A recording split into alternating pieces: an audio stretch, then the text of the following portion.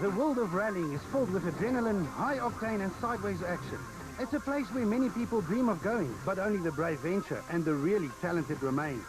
Throughout the year, these dirt road warriors will do battle in the sugarcane fields in KwaZulu-Natal, through farmyards in the Western Cape, on forest roads and through plantations in Mpumalanga and Port Elizabeth, on super-fast dirt roads in the Free State, and even through mealie fields in Gauteng.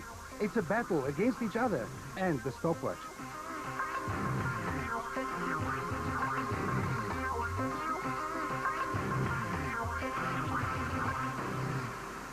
I'm Hannes Visser. Join me over the next 8 months as we follow this battle across the country.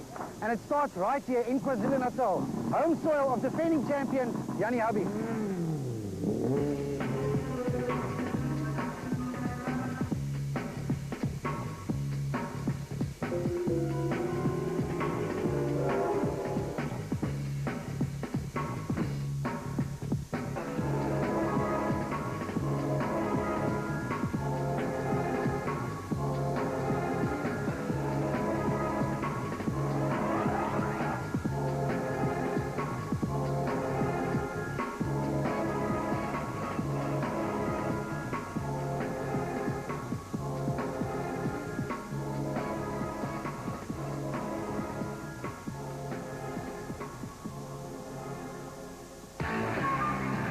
Volkswagen's Jan Habig and Douglas Judd are the current national rally champions, but the Natalian is also one of South Africa's true rally legends, and his tally of no less than 6 South African national drivers' titles is only topped by Sarel van der Merwe and Serge Damso.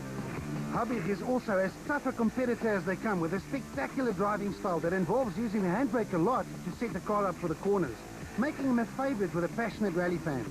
Habig might not be the pace set on every single event, but come the end of the season, and you can bet your house that he will be there fighting tooth and nails for the championship.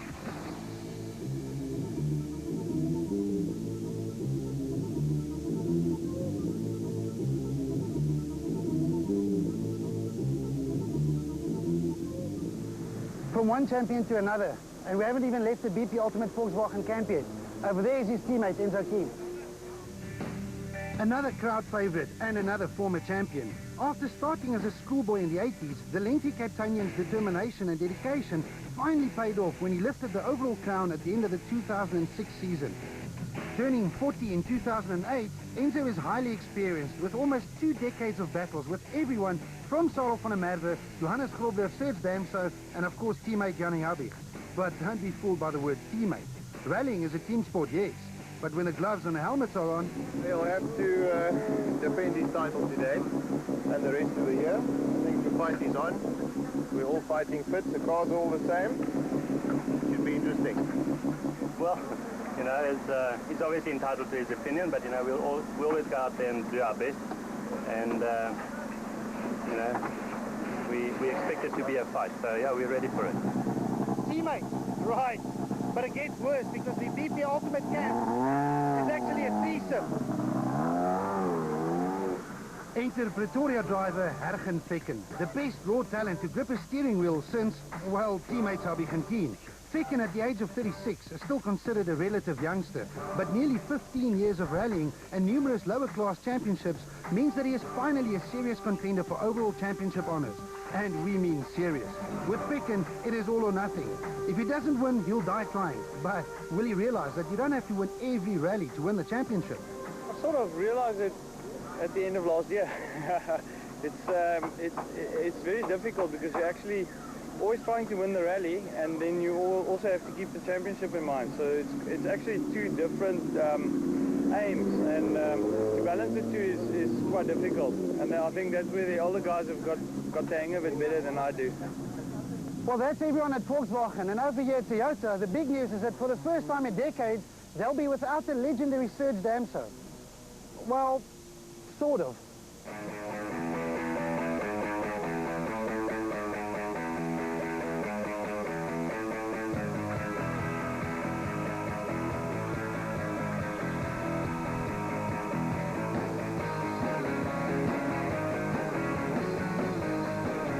The 10-time South African champion will not be behind the wheel of his trusty Toyotas anymore, but the winner of 74 national rallies over a period of 24 years will still be next to the stages and around the service parks.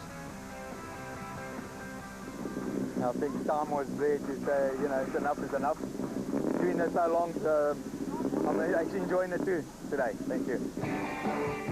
So it's up to these two guys to fill Damso's Toyota shoes, Johnny Gemmell and Mark Lanier. 2008 will be Gemmell's second season in the Castrol Toyota team after the former production car and African champion moved up to the high-revving world of the top S2000 class. During 2007, the Pretoria businessman silenced a lot of critics with his pace and competitiveness, and even managed an overall win in only his second outing for the team. With Damso gone, the pressure is on, but Gemmell has wide shoulders and loads of natural talent.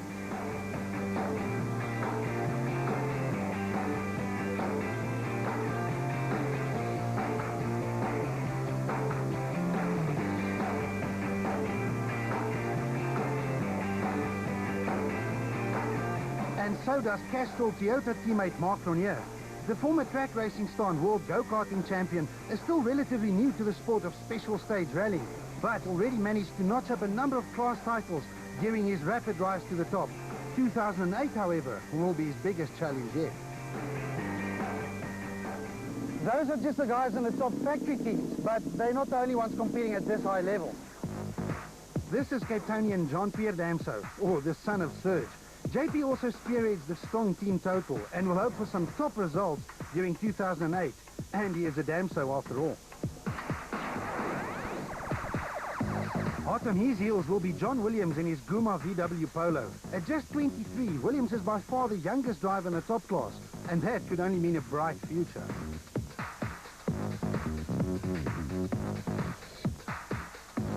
Returning to rallying for the first time since 2006 is Pretoria businessman Japie van Niekerk. When he last held the steering wheel, it was that of a Mitsubishi Lancer in the production vehicle category. But for 2008, he'll be behind the wheel of the ex-Serge Damso Toyota Running. And here is another one, Nicholas Ryan. Production car champion in 2006 has also moved up to the Premier Class S2000 with another Toyota Runix in the colors of Phillips and Johannesway. It is a tough transition, but Gemmell already proved that it can be done. So it is up to Ryan to do the same. You've heard the words S2000 a few times now. Now S, or Super 2000, is the talk of the town, and it's what these guys will be driving. Super 2000 is South Africa's premier class and a formula which started right here on South African soil. Toyota and Volkswagen South Africa were the first people in the world to build S2000s, and with the costs of World Rally Championship cars rocketing, it is safe to say that S2000 is the formula of the future. These cars are fast and loud and therefore spectacular. Over R1 million each will get you modified 2-litre power, around 200 high-revving kilowatts, a fast-changing sequential gearbox, and 4-wheel drive. They brake late, corner fast, and accelerate hard.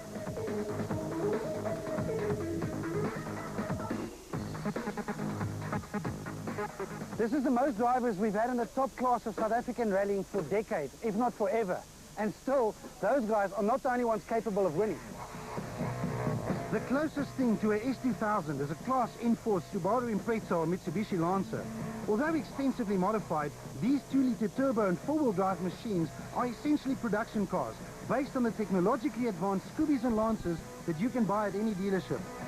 They are somewhat heavier than the S2000s and only rev to around 5,000 RPM, but the whistling of their turbos and the brute force with which they tear up the stages make them just as spectacular. Expect to see a few N4s near the top of the leaderboards throughout the season.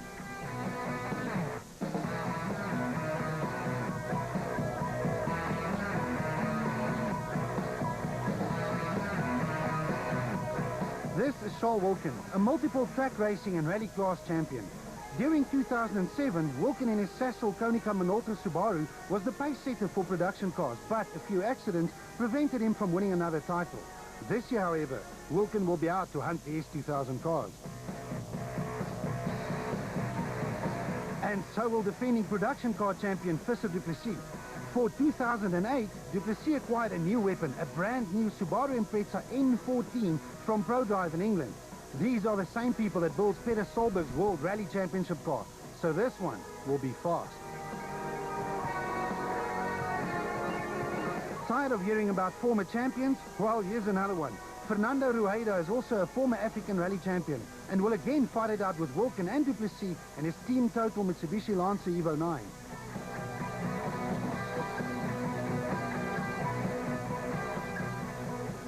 It's safe to say that there's a lot of talent in South African rallying, and this is where we breed them, in the lower classes.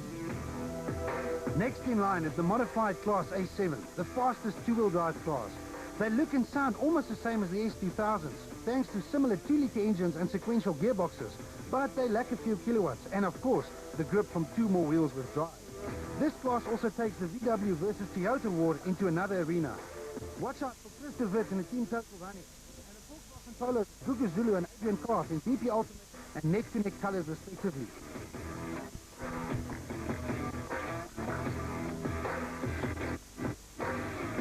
An interesting entry is the motorized Toyota Runnix driven by current special vehicle off-road champion Evan Hutchinson. His transition from off-road to rallying will be an interesting one. Big difference, eh? It's a massive difference from coming from off-road with our big vehicles, big heavy-duty vehicles to rally. It's been a big wake-up call for me. Toyota and Volkswagen will further battle it out in Class A6 for modified two-wheel drive machines with engines smaller than 2 litres. This class is home to Craig Trott, but in 2008 he'll be challenged by the similar Toyotas of Sali de Toy and Mohamed Musa, and the Polo of Stephen Wilken. And that brings us to Class A5, the training ground for future stars. Modified 1300 Toyota Tazes and 1400 Volkswagen City Golfs, and now also Toyota Yaris's, do battle here. But don't be fooled by their small engines. Limited slip differentials and close ratio gearboxes make for rapid and great handling little rally cars. Andre Kleinberg is the class favorite with a host of additional up-and-coming youngsters completing the A5 picture. That's all the A or modified cars, whereas on the other hand you have the N or near standard production cars. And there are 2 more classes.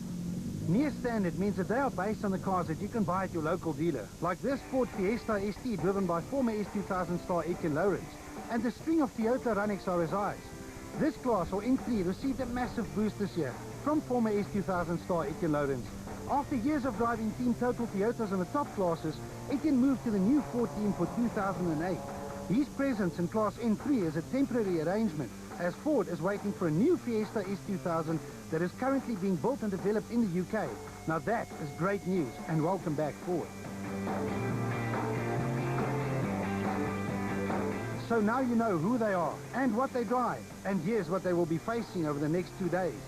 Durban is South Africa's seaside playground, capital of the Zulu Kingdom and home of other motorsports events like the A1 Grand Prix. It is also the capital of the province, where you'll find cameras and other means of speed traps waiting around every corner. The attitude towards traffic offenders is one of zero tolerance. Durban and the sugarcane fields around Stanger on the north coast and Scotland on the south coast, to be more specific, is the traditional home of the Hitachi Power Tools Tour Natal Rally. The roads are super fast and smooth, but also extremely slippery, especially if you are the first one to drive over them.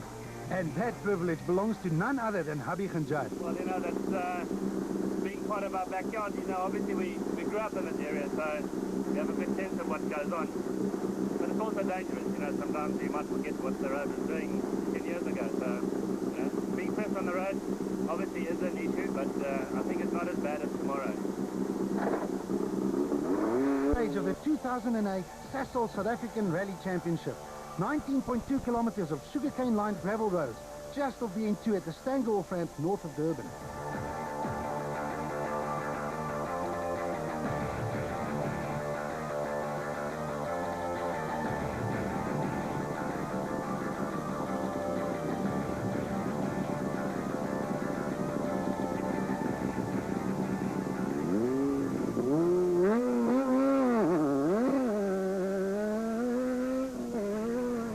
Sets off with teammate Fecken looking on. To be the first car on the road means extra pressure, something that clearly doesn't bother Hubby Khanjad too much.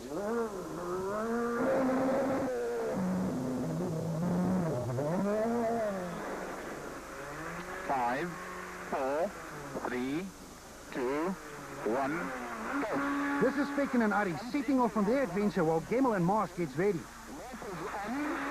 Rifles on left 2 over tips, bumps. 70 left 2. Fecken knows that the rally isn't won in the first stage, but what the hell, he'll try anyway. Although this little mishap didn't help either. See, empty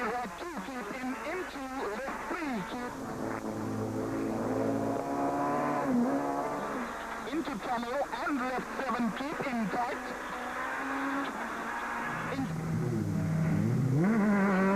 4, 3, 2, 1, go. In car with Castrol Toyota's Johnny Gemmell and Zimbabwe navigator Peter Marsh. And turn. The battle between Toyota and Volkswagen will be a tough one in 2008. Max Chris.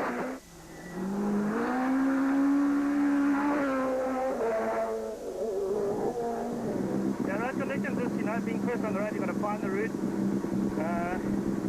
So not too tough. I'd rather be first on the road today than tomorrow, though. While Hubig already arrived at the finish of stage 1, Thicken was still tearing up the gravel. Red bird. Left 3, okay, cut 12.42. And so was Gemmell and Marsh.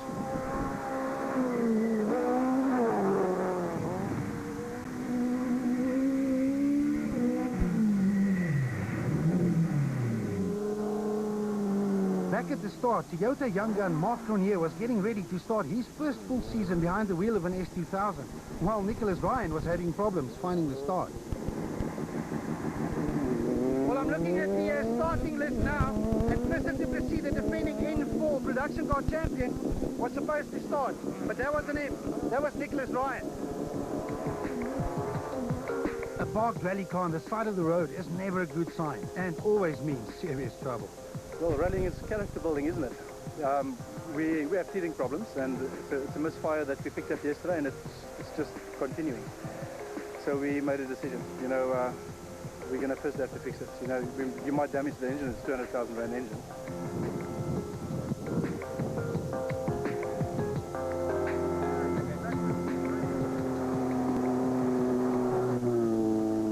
Halfway through stage 1, and we've just seen Enzo Keen limping past with a rear wheel that stands like this. So the first rally of the season has already got one victim, and it looks like another one.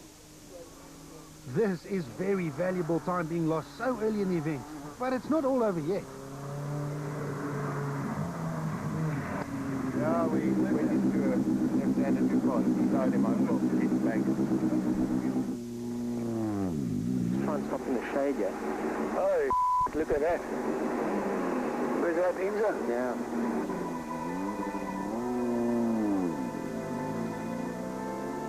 This is stressful stuff. You all saw the broken wheel on Enzo's car, and these guys now have to fix it in less than 20 minutes. If they don't, he's out of the rally.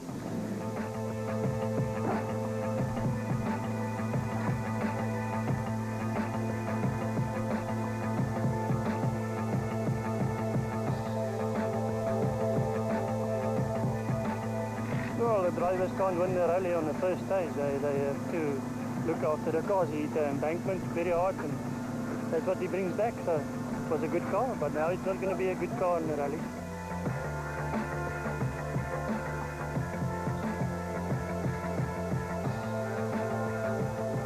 Ja, ek kan niks meer help daar nie. Ek het die goed gebreek, so die manne moet regmaak dan. Ons het 'n bietjie te vinnig in die linkerhandse draaiing gegaan en in 'n bank baie hard geslaan, so ongelukkig skade gedoen daar.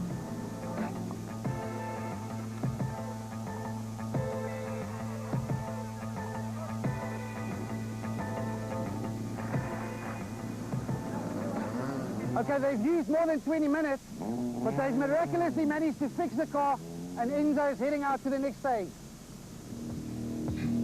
Results for stage 1 showing Tournier's pace, closely followed by the Toyotas of Damso and Gemmell.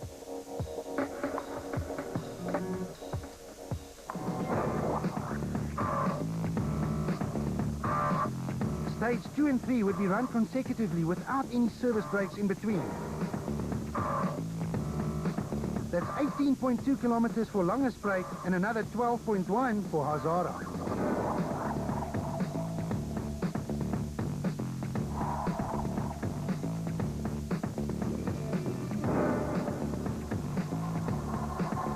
With all eyes focused on Keen's problems, Castrol Toyota pairing of Marc Tournier and Robert Paisley were pushing hard and driving right on the ragged edge. Right into that house here, over junction. and sometimes a little bit over the edge. Whoa. Go, keep it going. Their reward, however, was another faster stage time. Yeah, so far so good. The stages are tricky. Made a couple of mistakes, but we got on the road and we're pushing. So let's see what the outcome is at the end of the day.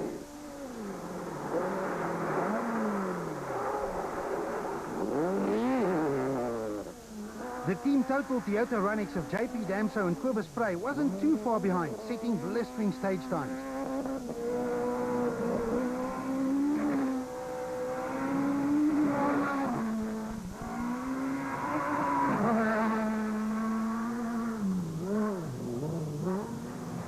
Charles Wilkin and Greg Godridge in the Sasol Konica Minolta Subaru were showing the rest of the Class N4 or production car field a clean pair of wheels, while mixing it up with the S2000s.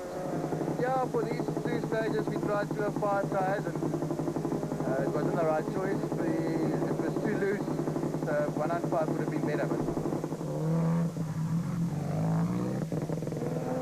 behind Wilkin, there was a great battle forming between Nicholas Ryan and Schalk van Heerden in their Philips Johannesway Toyota Runnix. The father and son pairing of John and Douglas Williams, and the Castrol Toyota of Japie van Niekerk and Robin Houghton.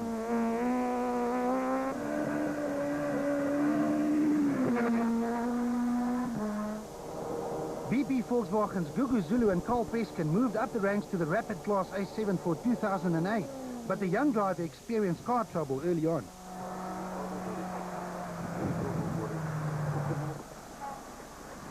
After the first stage, we were actually leading. As far as I understand, it's about 20 seconds or so, 20 to 30 seconds.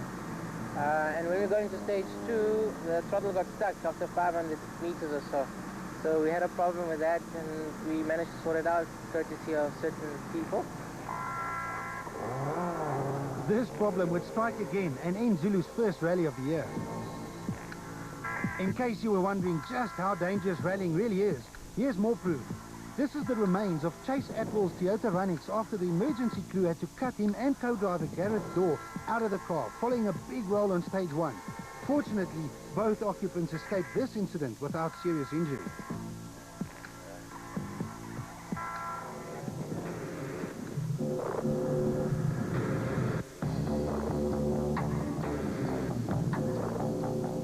Tough stages under the belt and another 20-minute chance to prepare the cars for stage 4, a second run over Gledau or stage 1. The roads would now be familiar to the drivers, so expect to see the stage times tumble.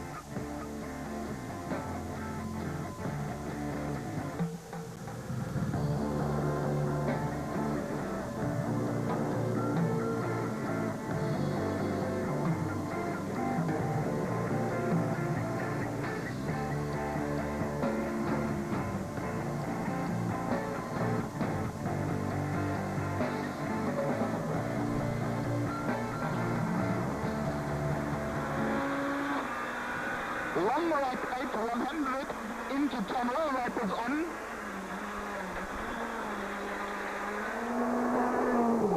This is Fekken and Ari's finishing stage 4, and by the sound of things, a good one. Okay, 12.08. Who's that? Dis nie te slaap nie. Dit asblief. Jy kom bietjie vinniger gery. Jy het gesit in slaap, man. Ag jou man. Ek kry my mielie nog. But it's not always easy to satisfy your navigator. We pushed a lot harder than the first time through the stage, and then obviously the road is now clear for us as well. So we've taken almost 34 seconds off. So that just shows you how much the road position counts. Next up 18. Easy right. Rally drivers are often referred to as mad people, pushing the limits and showing no fear. But spare a thought for their poor navigators. These guys have no steering wheel to hold on to and have to tell the drivers exactly where to go and literally put their lives in somebody else's hands. And through all of this, the navigator must stay calm.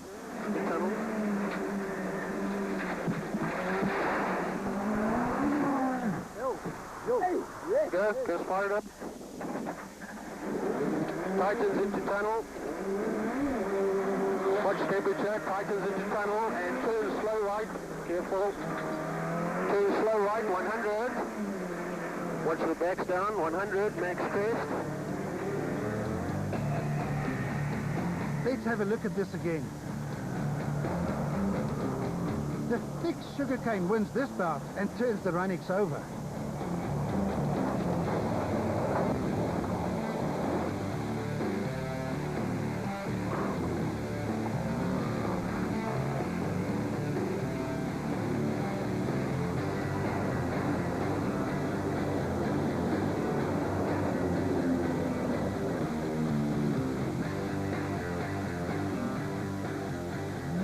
Fortunately for Gemmel and Marsh, the car lands on its wheels, allowing them to continue and allowing Marsh to get straight back to business.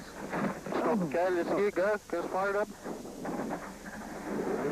Tightens into tunnel.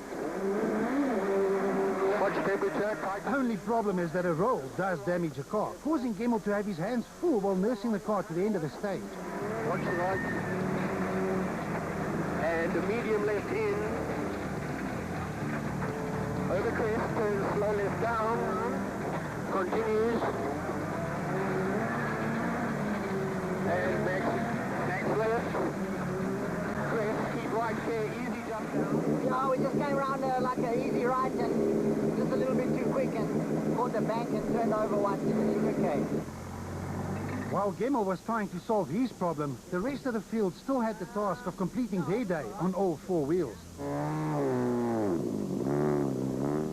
The repairs on Keen's car after his first stage incident seemed to have paid off, as they were back on the pace.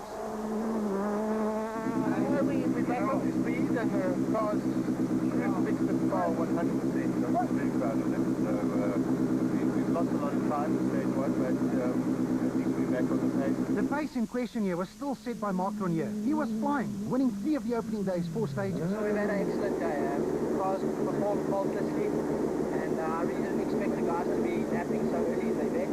And yeah, I think that stage was a real attack. We didn't win the stage, we finished second, but I'm happy with the result. Damso Jr. didn't win any stages on day 1, but he was consistently fast enough to make second position his own, ending the day 23 seconds behind the Castrol Toyota of Cronje.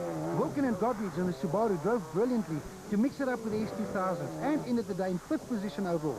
But more importantly, they led the production car chase by a staggering 2 minutes, in spite of almost falling prey to Gemmel's corner. In spite of rolling, Gemmel managed to hang on to 6th position, ahead of Nicholas Ryan and John Williams.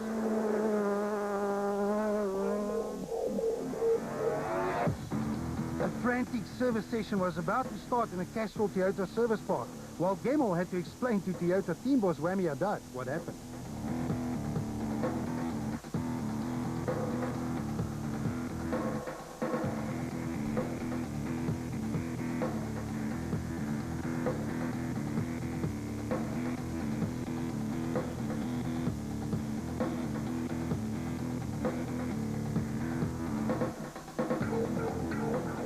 Well, it's never a good time to roll a car, but if one time is better than another, then this was it. Because normally a service is only 20 minutes.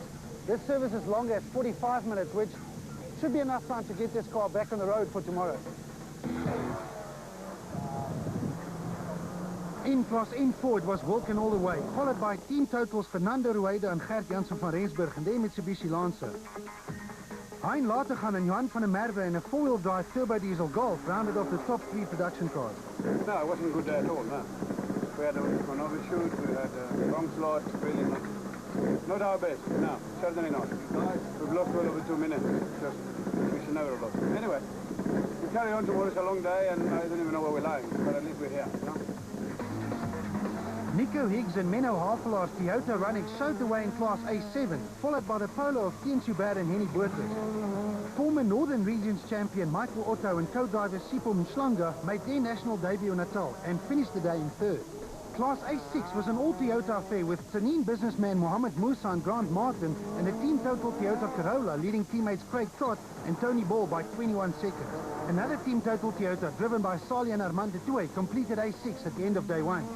Further down the field, Chart Conradi and Tian Rabe and their Toyota pairs were leading the Class A5 brigade quite comfortably from the BP City Golf of André Kleenwerk and Des de Fortier, with Piet Bacchus and Tommy de Toey's Toyota pairs bringing up the rear. Ford Williams' return to rallying was unfortunately a short one. As expected, Etienne Lorenz and Alvin Coetzee and the Fiesta ST150 dominated Class N3 on stage 1, but the team decided to save the engine when it started to overheat. Their demise opened the road for Costa Komantarakis and Barry White to show the way in Class N3. They drove brilliantly to light 13th overall ahead of the much faster Class A7 cars. The only other remaining N3 car was a Sassel Runnix of Etienne de Toey and Patrick Vermaak. Class N2 was a lonely affair for Jan Erasmus and Pierre Jordan, and rally fans can only hope that this class doesn't disappear. So, 50 jump into right one. But day one was all about rally leader Marc Cronje. I just went out there, tried to keep a nice clean pace just to see in terms of timing where we are, and I was really concerned because I thought, we did about an 80% stage there and came out and we took like 10 or so. So I thought, whoa, what's going on? And thereafter we're just sort of building on it, and it's going very, very well.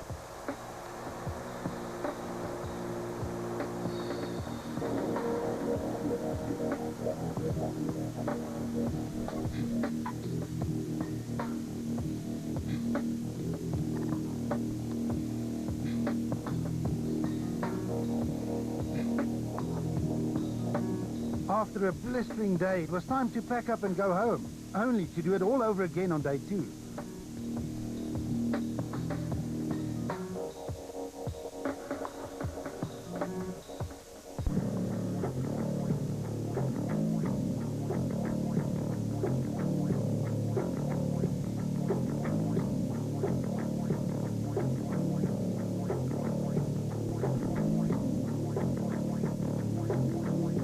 It's day 2 of the Hitachi Powered Tools Tour Natal, and for today the rally has moved down the south coast to the Scottsboro area for 6 more stages on super smooth gravel roads. And road position is everything. The KwaZulu-Natal rally roads are probably the best we have in the country. Super smooth and super fast. But like all good things in life, there is a downside. These roads are also super slippery, as they are mostly covered with a layer of tiny loose stones, like marbles. Instead of making contact with a harder gravel surface underneath, the rally tires slip and slide on a layer of marbles, making it very difficult to go fast and not fall off the road. The first car through the stage sweeps some of the marbles away, and every car after that even more, until a clear track with lots of grip is exposed for the drivers further down the field to exploit. Let's look at the first stage of the rally, where Jan Habig and Douglas Judd had to fulfill the role of road sweepers. Habig cleared the stage in a time of 12 minutes and 40 seconds. Fekken and Aris, second on the road, finished the stage in 12 minutes and 41 seconds. A couple of hours later, when stage 1 was repeated as stage 4, and after almost 50 cars sweep the road, Habig finished the same stage in a time of 12 minutes and 11 seconds, a full 29 seconds faster than before. Fekken utilized the sweep roads even more, bettering his previous time by a full 35 seconds.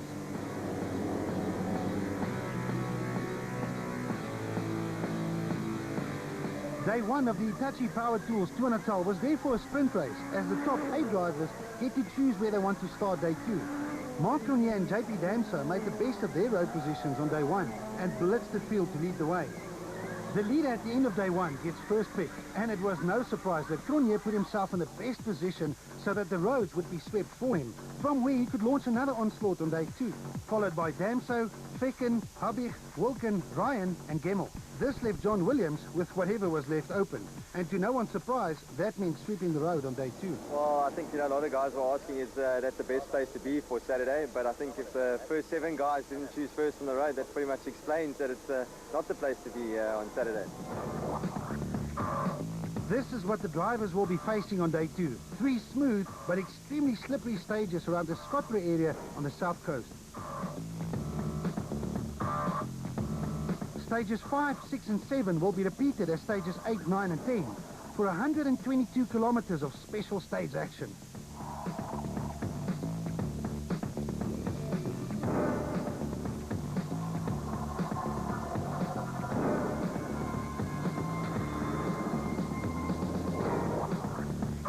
So, first up, stage 5, Esperanza, 22.7 kilometers.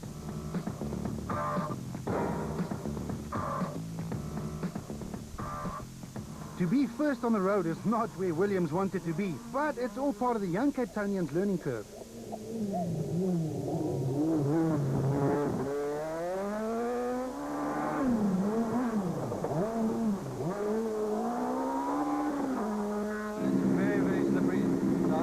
guys further back are just going to benefit so much. Even in the slow corners, you're just fighting the car. It's like marbles, you're just sliding all over the show.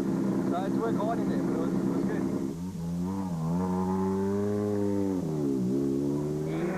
2, 1, go. Max right long, C80.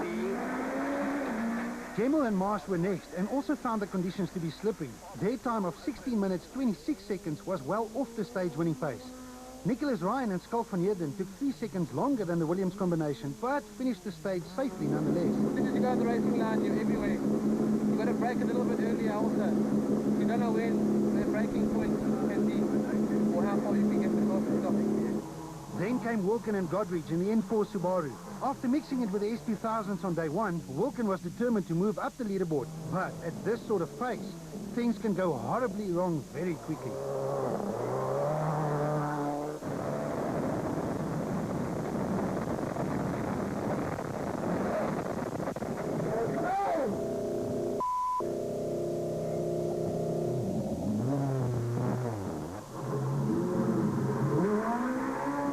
About 4 or 5 k's back, and I think they just overshot on a bad junction, which is down into a ditch. So I don't think they'll get out of there.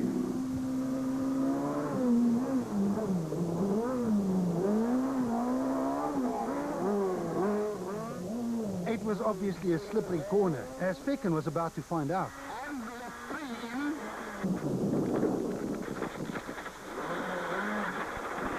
It almost went off where Charles went off, so it's quite tricky. All these ball bearings, if you go a bit off the line, then you're in trouble.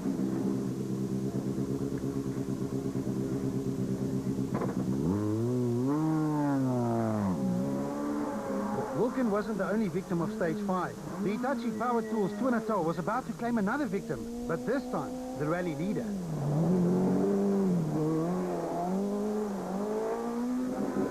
Unfortunately, Mark went wide on one stage. He slid off the road into the sugar cane. Mark went off in a right 9, reasonably gently into the sugar cane. He looks like he's beached over there.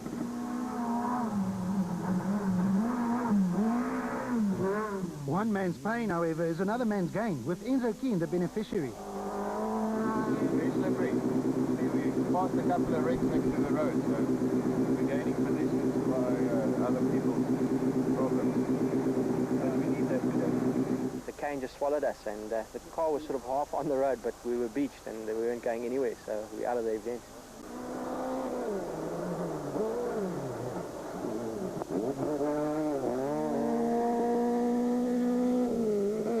Well, with Cornier out of the event, the dice is now really holding up between Fecken and JP.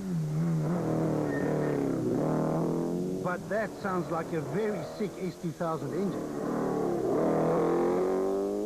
I don't know, it doesn't sound very good at the moment, but could be maybe electrical.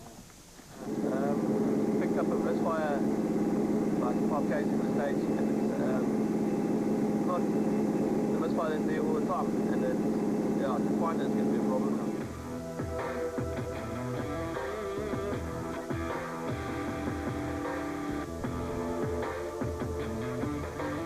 You don't know, you can say it's bad, because it could be so many things going wrong, so the only way is to change as much as I can, and hope we find the problem.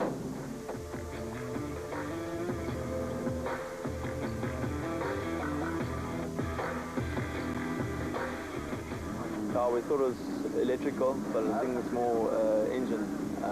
Not too sure yet what it is, but I think it's something to do with the engine. So try to start it now again, and there's no compressions. Rather call it a day. We are doing well. We started off way back on the order. Progressed up to 6.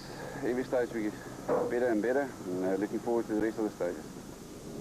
Soon, Van Niekerk would rise up the leaderboard even more rapidly, thanks to another top team having some in-car trouble. Care, slow left, long, 30, double caution. Slow right, very narrow bridge, and double caution.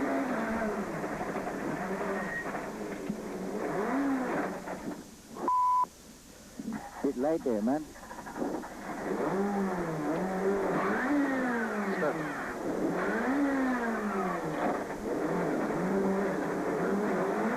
Start. That's right. Start. That's right, that's right.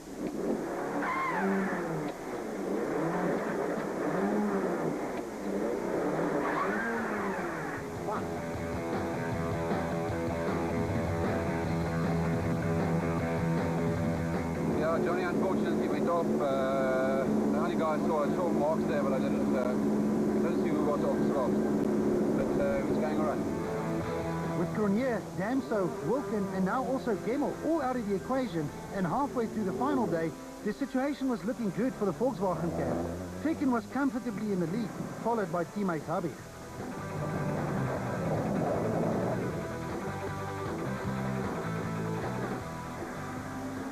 Van Niekerk was suddenly in third, only 2 seconds in front of Williams. Yeah, we're doing the stages again now, so we'll have a bit of an advantage where early on we didn't. We were clearing the roads. So it should be better this time too. We started at position 12, so we have to be realistic about where we'll finish, and I think we're fighting for in the top 5, you know. We've already made up to about 8th position. Yeah, Enzo Keen, who had a misfortune on stage 1 yesterday, lost a lot of time.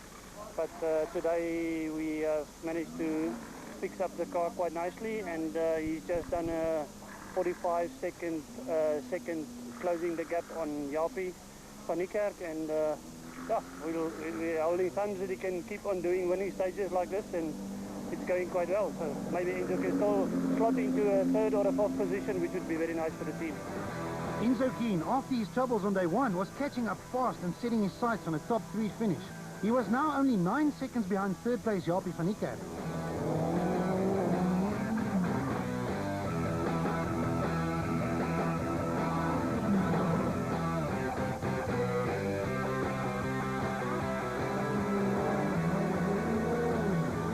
Stages 8, 9 and 10 were repeats of stages 5, 6 and 7, so no more concerns about road sweeping.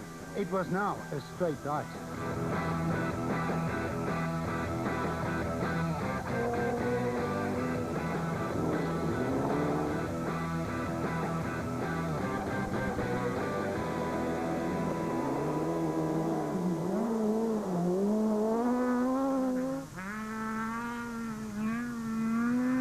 Moving up every stage, yeah. And we had a good time, and we had fighting back the stages coming together. We won't make good what we did bad yesterday, but it's fine. Habib hadn't given up yet. Hoping to still catch teammate Fekken to take the win, he set the fastest time in stage 8, but with Fekken only 3 seconds slower, it wasn't going to be enough to reel in his teammate. The question, however, was how long would it take Keen to pass Williams and Van Niekerk for 3rd? Williams finished the stage in 16 minutes 10 seconds. Van Niekerk went 3 seconds better to stretch his lead over Williams to 5 seconds, but Keen was on a charge. He needs just 3 seconds from Williams to take 4th, or 10 seconds from Van Niekerk to jump to 3rd. No, Enzo's been around, so he'll put down definitely. He's already passed Williams, but is it enough to get 3rd place? No, the time is 9 seconds faster than Van Niekerk, so they are tied with just 2 stages to go.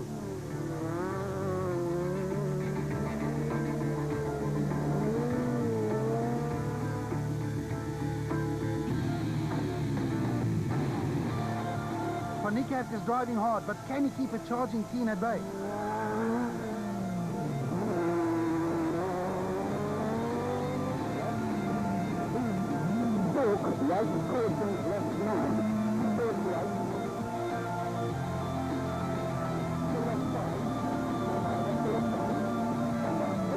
No, unbelievable. Keen has clawed his way from last to 3rd.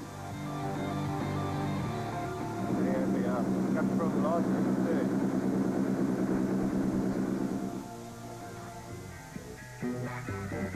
Only 24.72 kilometers stood between Hergen, Fekken and Pierre Harries and their first taste of champagne of the 2008 season.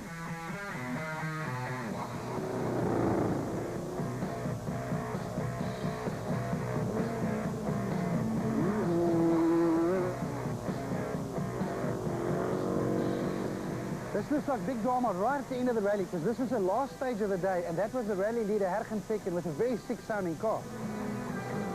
Could this mean that the win was now up for grabs too? Habig thought so, and suddenly teammates Keen and Hodgson were in for a chance to grab second. But then disaster struck for a second time in just 2 days.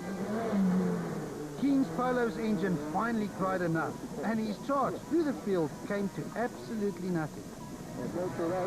Go out. Open the bonnet.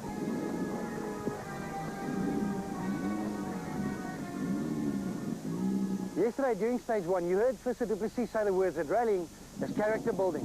And here's excellent proof. Only 3 stages ago, VW are going to have a 1, 2 and 3 finish. Hergen's car let him down, and Enzo's out. Yeah, we're lucky we managed to get the car through the 2 stages with a very little water in it. And I don't think the engine is damaged. And we had a good stage as well. We got a misfire at the service park. As we went out of the service park, we had a misfire. So we were running on 3 cylinders the whole stage. So we lost plenty of time. Yeah, it was to go a little bit better towards the end, you know. I think we won production cars quite happily. We just missed the third overall. The high attrition rate meant a dream result for Rueda and Janssen van Lensburg, who brought the total Mitsubishi Lancer home 4th overall, taking the production class championship lead in the process. He would have been followed home by Paul Pfeiffer and Cindy Harding, but Pfeiffer got excluded after the event for having shock absorbers in his Lancer which didn't comply with regulations. A very steady drive by Hein Latergan and Johan van der Merwe and the Steve's Auto Clinic Turbo Diesel Golf resulted in a fantastic 5th place overall and 2nd in Class N4. Richard and Natasha Vaughan's older Mitsubishi Lancer came home in a best ever 6th overall and rounded off the top 3 in the production car category. The rally chicks, sisters Lola and Megan Verlaag, had a narrow escape after falling off the road in stage 7, but lived to fight another day. It was a pity that Costa Komantarakis and Barry White in the Class N3 Toyota Runex didn't have much competition in the class, courtesy of the Etienne Lawrence retirement. But what a great drive. 7th overall and above much faster and more expensive machinery. The top 10 was rounded off by the team total Class A6 brigade of Craig Trott, Mohamed Musa and Sali de Toy. Over the past few years, Trott has really made Class A6 his own. But it looks like he will have to work hard for it this year, as there is a very determined Mohamed Musa hot on his heels. Musa and his team at Tubby's Auto Developments barely got the Corolla ready in time for Natal and had to run with a standard engine against modified power. In the end, he was just 25 seconds short of his first Class A6 win. The roads might have been smooth, but the going was tough. Amazingly, out of the first day's top 10, only 4 teams made it to the end of day 2. What a great start to Habig's title defense, and bad luck to Fecken, who still managed to bring his sick car home in 2nd. Van Niekerk's 3rd place finish proved that sometimes consistency is also enough. Tien Schubert and Henny Boertes were the first Class A7 car home, but disappointingly just missed out on a top 10 position. They were followed home by Michael Otto and Sipho Mslanga and the Runex of Christa Witt and Dean Redlinghuis. In Class A5, André Kleenwerk and Des de Voorkeer managed to take over the lead after the demise of Charles van Radi. Piet Buckles and Tommy de Toy with the Toyota and the Volkswagen sandwich, with Eric Storbeck and Etienne Malherbe completing the top 3 in A5. Of 49 starters, only 22 managed to make it to the end, including the little Ford car of Tony Barbosa and Leslie McKenzie.